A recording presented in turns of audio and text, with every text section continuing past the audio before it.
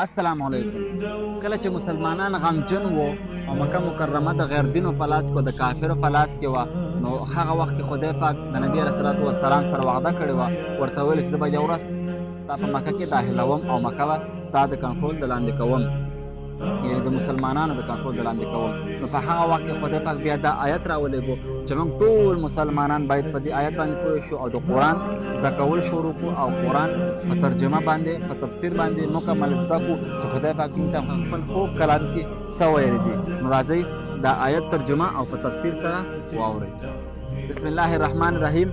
اذا جاء نصر الله والفتح، او کله چې د خدای پاک امر راشي یعنی مرسته راشي او مکه فتح شي، کله چې د خدای پاک مرسته راشي او مکه فتح شي، ورأیت الناس يدخلون فی دین الله افواجا، نو ته به وګورې چې دا خلک به ډلې ډلې د خدای پاک په دین کې داخل شي، غیر مذهبه به ډلې ډلې د خدای پاک په دین کې داخل شي او اسلام به په غلبه کېدلو باندې شروع شي. دا هغه وخت کله چې مسلمانانو ته یوه لویه فتح ملاو شو چې مکه یې فتح کړه چې دا د اسلام د ټولو نه عظیمه فتح ده. نو خدای پاک دا پیغمبر صلی الله علیه وسلم باندې په دغه وخت کې زیری کاوه او دا یې ورته ویلي، وعده یې ورسره کړې وه الله پاک د پیغمبر صلی الله علیه وسلم چې موږ به ته یوه ورځ په مکه کې داخلوو.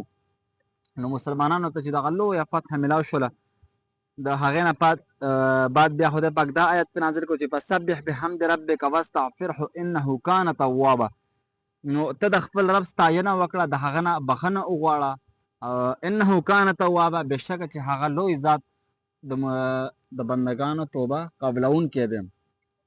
د دې آیت مطلب دا دی، د دې آیت ټول نچوړ دا دی چې کله خدای پاک مسلمانانو ته فتح ورکړله، چې یوه لویه فتح وه چې کله مکه مکرمه فتح شوله، نو په دغه وخت کې اسلام په غلبه کېدلو باندې شو. اسلام ته خدای پاک ډېر لوی بری ورکو.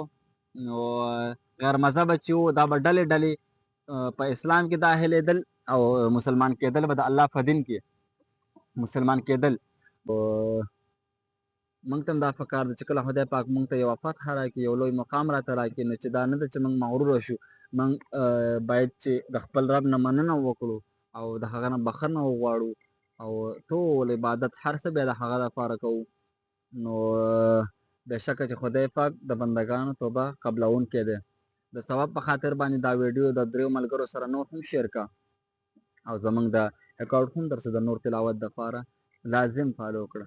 نو الله دې راته روغ جوړ خوشحاله صحتمند ولره. وسلام.